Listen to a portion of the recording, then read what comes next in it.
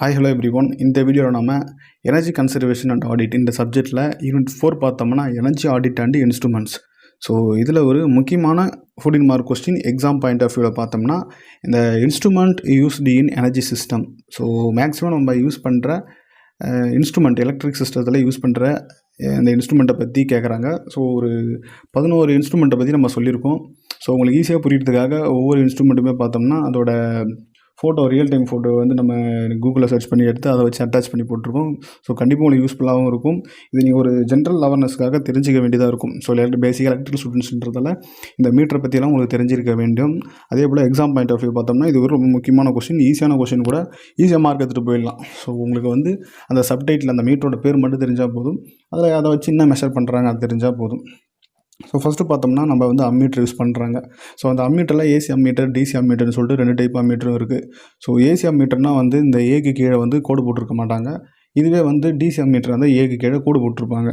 So கோடு போட்டிருந்தால் அதை வச்சு நம்ம டிசின்னு சொல்லிட்டு சொல்லிடலாம், கோடு போடலாம் அது ஏசின்னு சொல்லுவாங்க. ஸோ பொதுவாக வந்து ஒரு சர்க்யூட்டில் போகிற கரண்ட்டை மெஷர் பண்ணுறதுக்காக, அந்த எலக்ட்ரான் ஃப்ளோவோட ஸ்பீடை செக் பண்ணுறதுக்காக இந்த அம்மீட்டர் வந்து யூஸ் பண்ணுவாங்க. ஸோ அடுத்து பார்த்தோம்னா இந்த அம்மீட்ரு வந்து எப்போ வந்து அதிகமாகும் கம்மியாகும்னா, நம்ம யூஸ் பண்ணுற லோடு அதிகமாகச்சுன்னா நம்ம யூஸ் பண்ணுற ஆம்ஸ் வந்து அதிகமாகும். ஸோ லோடு கம்மியாக யூஸ் பண்ணும்போது அந்த ஆம்ஸ் வந்து நம்மளுக்கு கம்மியாக இருக்க மாதிரி காட்டும் இந்த மீட்டர். ரெண்டாவது இன்ஸ்ட்ருமெண்ட் பார்த்தோம்னா கிளாம் ஆன் அம்மீட்டர்னு சொல்லுவாங்க. ஸோ இது அம்மீட்டரோட அட்வான்ஸ் டெக்னிக் தான் இது. ஸோ அந்த அம்மீட்டரில் பார்த்தோம்னா ஒரு சர்க்யூட்டை வந்து நம்ம அந்த சர்க்யூட்டில் போகிற ஆம்ஸை செக் பண்ணலாம். இதுவும் வந்து சர்க்யூட் போகிற ஆம்ஸை தான் செக் பண்ணுறாங்க. பட் அது வந்து ஒயர் கட்டாக இருந்தால் அந்த கரெக்டான ஒயர் எடுத்து ஜாயின் பண்ணி தான் அதில் போகிற ஆம்ஸை வந்து செக் பண்ண முடியும். இது ஆனால் வந்து பார்த்தோம்னா உங்களுக்கு ஒயர்லாம் கட் பண்ண தேவையில்லை. ஸோ சைடில் ஒரு சின்ன எல்லோ கலர் பார்த்தீங்கன்னா அதை அமுத்தினா வந்து அந்த ஒயர் வந்து ஒயருக்குள்ளே இது போயிடும். ஸோ ஒயர் மேலே லைட்டாக டச் ஆகிட்டு இருந்தாலே போதும், அந்த ஒயருக்கு வந்து அந்த ஒயரில் எவ்வளோ கரண்ட் போகுது, எவ்வளோ ஆம்ஸ் போகுதுன்னு சொல்லிட்டு எல்லாத்தையுமே அந்த மீட்டர் செக் பண்ணணும். ஸோ இது ஒரு கிளாம் அம்மீட்டர்ன்றதால வந்து நம்மளுக்கு வந்து ஆம்ஸ் வந்து காட்டும். நம்ம அதை அட்ஜஸ்ட் பண்ணிக்கலாம். ஸோ அட்ஜஸ்ட் பண்ண மூலிமா நம்ம அதை அம்மீட்டராகவும் யூஸ் பண்ணலாம், வோல்ட் மீட்டராகவும் யூஸ் பண்ணலாம், அதேமாதிரி ஏசி அம்மீட்டராகவும் யூஸ் பண்ணலாம், டிசி அம்மீட்டராகவும் யூஸ் பண்ணலாம், ஏசி வோல்ட் மீட்டராகவும் யூஸ் பண்ணலாம், டிசி வோல்ட் மீட்டராகவும் யூஸ் பண்ணலாம். ஸோ இந்த மீட்டரோட அட்வான்டேஜ் ரொம்ப அதிகம். அதே போல் பார்த்தோம்னா காஸ்ட்டும் இந்த மீட்டரில் அதிகம். ஸோ எல்லாருமே வந்து இந்த எல்லா எலக்ட்ரிஷியனுமே வந்து இப்போ இந்த கிளாம் ஆன் அம்மீட்டர் தான் அதிகமாக யூஸ் பண்ணுறாங்க. தேர்ட் இன்ஸ்ட்ருமெண்ட் பார்த்தோம்னா வோல்ட் மீட்டர். ஸோ நம்மளுக்கு எல்லாருக்கும் தெரிஞ்ச விஷயம் தான். இந்த வோல்ட் மீட்டரை வச்சு வோல்டேஜை செக் பண்ணுறாங்க. ஸோ அந்த வோல்டேஜ் வேரியேஷன் ஆகும்போது, அதாவது நம்மளுக்கு வர வோல்டேஜ் இன்க்ரீஸ் ஆகும்போது ஆட்டோமேட்டிக்காக இந்த வோல்ட் மீட்டரோட முள்ளு வந்து இன்க்ரீஸ் ஆகும். ஸோ வர சர்க்யூட்டில் எவ்வளோ வோல்டேஜ் வருதுன்னு சொல்லிட்டு ஆட்டோமேட்டிக்காக அது காமிச்சிடும். ஸோ ஏற்கனவே சொன்ன போல் இதில் AC volt meter, DC volt meter ரெண்டுமே இருக்குது. ஸோ வீக்கு கீழே வந்து கோடு போட்டு தான் அதை டிசின்னு சொல்லிட்டு கன்சிடர் பண்ணுவோம். இல்லை வந்து இந்த ஆல்டர்னேட்டிங் ஃப்ளக்ஸுக்கு வந்து போடுவாங்க பார்த்தீங்களா, அந்த வேவ் ஃபார்ம் போட்டிருந்தாலோ இல்லை வந்து அந்த வீன்ற நொட்டேஷனுக்கு எதுவுமே கோடு இல்லைனாலோ அது வந்து ஒரு ஏசி அம்மீட்டராக ஒர்க் ஆகும், ஏசி மீட்டராக ஒர்க் ஆகும். ஸோ இதுதான் வந்து பேசிக்காக தெரிஞ்ச வேண்டிய விஷயம். இதில் 0 to 500 வோல்டேஜ் இருக்குது. ஸோ அது வந்து நம்ம யூஸ் பண்ணுற வோல்டேஜை பொறுத்து மாறும். மீட்டரோட வோல்டேஜ் வந்து மாறும்பொழுது ஒரே மீட்டர் வந்து எல்லாத்துக்கும் யூஸ் பண்ண முடியாது. அதுக்கேற்ற பெரிய சைஸில் இருக்க மீட்டர் தான் நம்ம யூஸ் பண்ண முடியும். இது ஒரு 3 ஃபேஸ் சப்ளை வோல்டேஜை மெஷர் பண்ணுற ஒரு வோல்ட் மீட்டர் தான். அதனால தான் 0 to 500 வோல்டேஜ் வரைக்கும் கொடுத்துருக்காங்க இதோட ரேஞ்சு. நெக்ஸ்ட்டு பார்த்தோம்னா வாட் மீட்டர். ஸோ ரொம்ப முக்கியமான மீட்டர் இது. ஸோ ஒரு சர்க்யூட்டில் போகிற பவரை மெஷர் பண்ணுறது தான் இதோட வேலை. ஸோ இதை வந்து நீங்கள் நோட்டேஷன் பண்ணிக்கிங்க. இதை வந்து கேடபிள்யூன்னு நோட்டேஷன் பண்ணுவாங்க, அதாவது கிலோ வாட்னு சொல்லிட்டு மெஷர் பண்ணுவாங்க. ஸோ இது வந்து 0 to 100 கிலோ வாட்டை மெஷர் பண்ணுற ஒரு வாட் மீட்டர். ஸோ வாட் மீட்டர்னு ஜென்ரலாக நம்ம தெரிஞ்சிக்க வேண்டியது பவரை மெஷர் பண்ணுற எக்யூப்மெண்ட்டு பேர் தான் வந்து வாட் மீட்டர். ஸோ வோல்ட் மீட்டர்னு சொல்லும்போது வோல்டேஜ் செக் பண்ணும், அம்மீட்டர்னு சொல்லும்போது கரண்ட்டை மெஷர் பண்ணும். இந்த வாட் மீட்டர் வந்து ரெண்டும் சேர்ந்தது, அதாவது வோல்டேஜையும் கரண்ட்டையும் வந்து பெருக்குனா என்ன வேல்யூ வருமோ அதுதான் வந்து வாட்ஸ்ன்னு சொல்லுவாங்க. ஸோ அதை மெஷர் பண்ணுற மீட்டர் தான் வந்து வாட் மீட்டர். அடுத்த இன்ஸ்ட்ருமெண்ட் பார்த்தோம்னா ட்ரை வெக்டோமீட்டர்னு சொல்லுவாங்க. ஸோ இதை ஏன் ட்ரை வெக்டோமீட்டர்னு சொல்கிறாங்க பார்த்தோம்னா, இந்த ஒரு மீட்டரை வச்சு ஒரு 3 மெஷர்மெண்ட்டை மெஷர் பண்ணலாம். ஃபஸ்ட்டு ஒன்று பார்த்தோம்னா கேடபிள்யூன்னு சொல்லுவாங்க, ரெண்டாவது கேவிஏஆர்னு சொல்லுவாங்க, மூணாவது கேவிஏ. ஸோ இப்போ இதோட ஃபுல் ஃபார்ம் பார்ப்போம். ஸோ இதை வச்சு எப்படி மெஷர் பண்ணுறாங்க பார்த்தோம்னா, கேடபிள்யூனா கிலோ வாட்ஸ்னு சொல்லுவாங்க, அடுத்தது கேவிஏஆர்னா கிலோ வோல்ட் ஆம்பியர் ரியாக்டிவ்னு சொல்லுவாங்க, லாஸ்ட்டாக பார்த்தோம்னா கேவிஏ இதை வந்து கிலோ வோல்ட் ஆம்பியர்னு சொல்லுவாங்க. ஸோ இதை மூணுத்தையுமே வந்து இந்த மீட்டரை வச்சு மெஷர் பண்ணுறதால இதை வந்து ட்ரை வெக்ட்ரோமீட்டர்னு சொல்லிட்டு சொல்கிறோம். அடுத்தா பார்த்தோம்னா எனர்ஜி மீட்டர். ஸோ இந்த எனர்ஜி மீட்டர் பற்றி எல்லாருக்குமே தெரியும். எல்லார் வீட்டிலுமே வந்து இந்த எனர்ஜி மீட்டரை யூஸ் பண்ணிக்கிறத நம்ம பார்க்கலாம். ஸோ நம்ம எவ்வளோ பவர் வாட்ஸ் பவரை வந்து கன்சியூம் பண்ணுறோன்றத நம்மளுக்கு வந்து ரீடிங்காக கொடுக்கறது தான் வந்து இந்த எனர்ஜி மீட்டர்.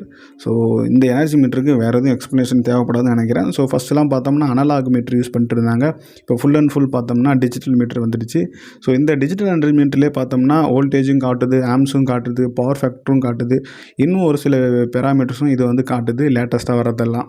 ஸோ நம்ம சிங்கிள் ஃபேஸுக்கு யூஸ் பண்ணும்போது எனர்ஜி மீட்டர் வந்து சின்னதாகவும், 3 ஃபேஸுக்கு யூஸ் பண்ணும்போது இந்த எனர்ஜி மீட்டர் பெருசாகவும் இருக்கும். ஸோ இந்த எனர்ஜி மீட்டரும் பார்த்தோம்னா கிட்டத்தட்ட ஒரு வாட் மீட்டர் போல தான் ஒர்க் ஆகும்.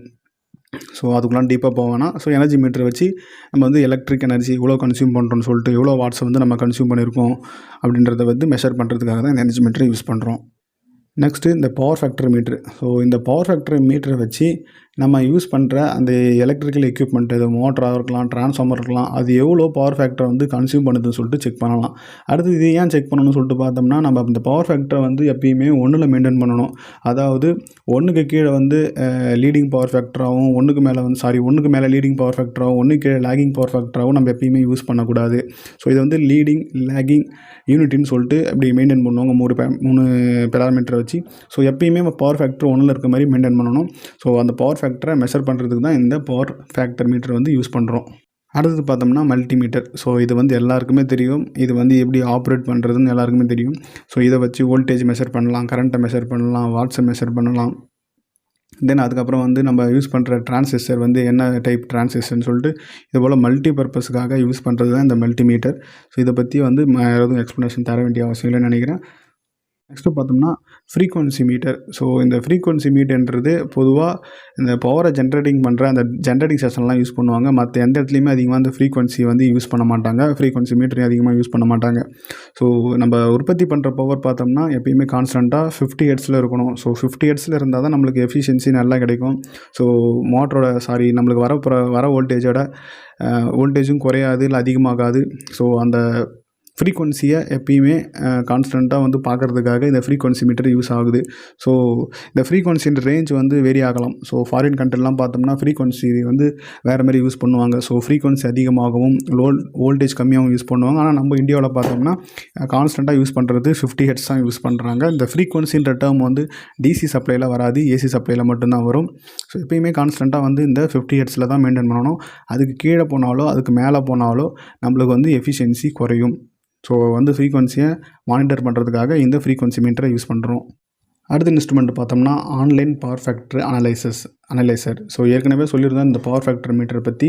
அது வந்து நம்ம வந்து எவ்வளோ போகுது அப்படின்ட்டு காட்டுறது மட்டும்தான். இது வந்து நம்ம அனலைஸ் பண்ணிடலாம். ஆன்லைனில் பார்த்தோம்னா இந்த பவர் ஃபேக்டர்னு சொல்லும்போது இந்த மீட்டரை யூஸ் பண்ணி யூனிட்டி பவர் ஃபேக்டராக, லேகிங் பவர் ஃபேக்டராக, லீடிங் பவர் ஃபேக்டராக மட்டும்தான் பார்க்க முடியும்.